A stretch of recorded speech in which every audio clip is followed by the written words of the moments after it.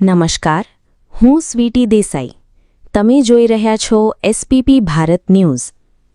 ગણદેવી તાલુકાના ધકવાડા ગામે તાલુકા કક્ષાના 80મા સ્વાતંત્ર્ય દિનની ભવ્ય ઉજવણી કરવામાં આવી હતી. જિલ્લા પંચાયત શિક્ષણ સમિતિ નવસારી સંચાલિત દરજી શ્રી વસંતજી ભાણાભાઈ પ્રાથમિક વિદ્યામંદિર ખાતે યોજાયેલા આ કાર્યક્રમમાં દેશભક્તિ અને રાષ્ટ્રપ્રેમનો માહોલ છવાઈ ગયો હતો. કાર્યક્રમમાં ગણદેવીના મામલતદારશ્રી શ્રીમતી દીપિકાબેન એસ રોઝ ધ્વજપ્રમુખ તરીકે ઉપસ્થિત રહ્યા હતા. તેમની સાથે તાલુકા તંત્રના અધિકારીઓ, તાલુકા વિકાસ અધિકારીશ્રી તથા પૂર્વ ધારાસભ્ય કરસનભાઈ બી પટેલ સહિતના મહાનુભાવો ઉપસ્થિત રહ્યા હતા. વંદે માતરમના ગાન સાથે કાર્યક્રમનો શુભારંભ થયો હતો.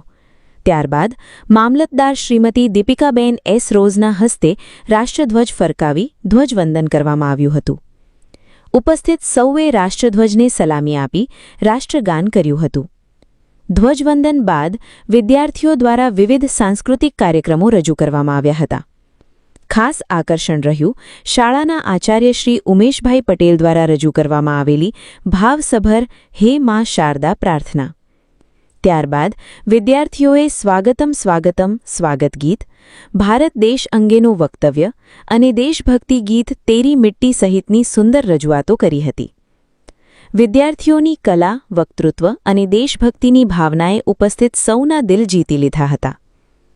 આ પ્રસંગે તાલુકાના વિકાસ કાર્યોને વેગ મળે તે હેતુથી 5 લાખ રૂપિયાનો ચેક ધકવાડાના સરપંચને અર્પણ કરવામાં આવ્યો હતો. સાથે જ વિવિધ ક્ષેત્રે નોંધપાત્ર કામગીરી કરનાર અને વિશિષ્ટ યોગદાન આપનાર વ્યક્તિઓનું સન્માનપત્રો આપી સન્માન કરવામાં આવ્યું હતું.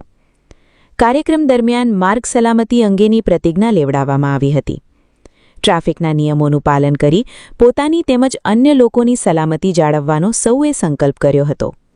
અંતિમ તબક્કામાં વંદે માતરમના ગાન, રાષ્ટ્રગાન અને આભાર વિધિ સાથે કાર્યક્રમ પૂર્ણ થયો હતો. ત્યારબાદ મહાનુભાવો દ્વારા વૃક્ષારોપણ કરવામાં આવ્યું હતું. પર્યાવરણ જાળવણી અને હરિયાળી વધારવાનો સંદેશ પણ આપવામાં આવ્યો હતો.